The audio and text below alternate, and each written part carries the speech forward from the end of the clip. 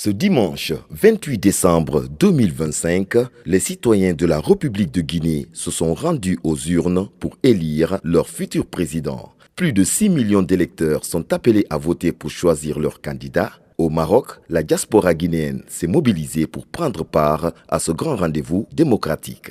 Pour marquer la solennité de ce moment, l'ambassadeur extraordinaire et plénipotentiaire de la République de Guinée au Royaume du Maroc a donné le coup d'envoi en glissant le premier bulletin dans l'urne. Un geste symbolique effectué sous les regards attentifs des émissaires venus de Conakry et les délégués des partis politiques. Afin de garantir la transparence et la régularité du processus, M. Mohamed Ali Condé, conseiller juridique de la Direction nationale des élections en Guinée, exprime ses premiers constats. Je dirais que les impressions sont bonnes parce que je vous rappelle que nous sommes là depuis le 25 décembre et depuis ce jour jusque-là, notre constat était un constat d'encouragement, de mobilisation de nos compatriotes vivant au Maroc pour pouvoir exercer leur droit de vote. Et je peux dire qu'aujourd'hui est une journée historique pour la Guinée et pour les Guinéens, partout où ils sont.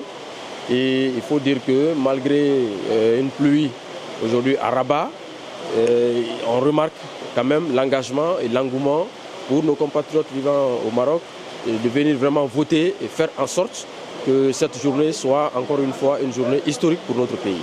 Ici à Rabat, l'émotion est palpable et c'est avec sérénité que les citoyens viennent voter au calme, comme en témoignent ses compatriotes.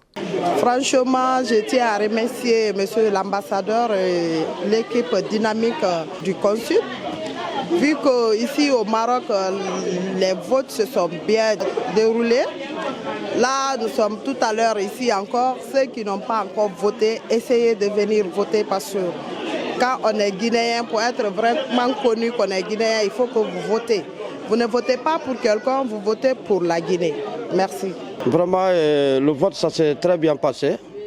Nous avons voté dans la paix, dans la tranquillité, la stabilité, à notre ambassade ici à Rabat. Vraiment, on vous remercie beaucoup aussi. Pour une transparence et la réussite du scrutin, les émissaires venus de Conakry ont visité les bureaux de vote de Casablanca et de Rabat. M. Aboubakar Condé est chargé de la supervision des élections présidentielles au Maroc depuis le ministère des Affaires étrangères. Il nous livre ses impressions. Son Excellence, l'ambassadeur a réuni tous ses collaborateurs. Nous avons fait des fructueux entretiens. Nous avons compris que ici au Royaume du Maroc, et l'ambassadeur et le reste du personnel de l'ambassade, tous sont impliqués pour que le processus de vote se déroule convenablement. 2 jours après notre arrivée, ils ont fait venir l'ensemble des membres des bureaux de vote des 7 villes retenues pour le vote. Et nous avons échangé, nous leur avons expliqué à travers une petite formation le rôle dévolu à chacun des membres du bureau de vote, à commencer par le président jusqu'au secrétaire. Et également le rôle également de la commission de centralisation. Chacun des membres est reparti avec le kit électoral dans sa ville. En fin de journée, l'heure est au premier bilan pour M. Lasso Kourouman, ministre conseiller des Affaires consulaires, qui salue la maturité civique de la communauté guinéenne au Maroc. Nous remercions les autres autorités de la République de Guinée ainsi que les autorités du Royaume du Maroc qui ont eu toute la sagesse de nous accompagner durant tout ce processus. Depuis 5h30 du matin, la mise en place des matériels du vote et à 6h du matin déjà, l'équipe de l'ambassade avec son Excellence Monsieur l'ambassadeur Namori Traoré à la tête de ce grand événement et cette journée historique de notre pays.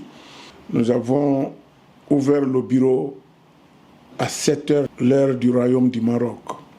Alors que les bureaux de vote ferment leurs portes, le dépouillement commence sous la surveillance des délégués des candidats et la supervision. Si le vote au Maroc s'achève dans les meilleures conditions, tous les regards sont désormais tournés vers Conakry où la centralisation des résultats déterminera le nouveau visage de l'exécutif guinéen pour les années à venir.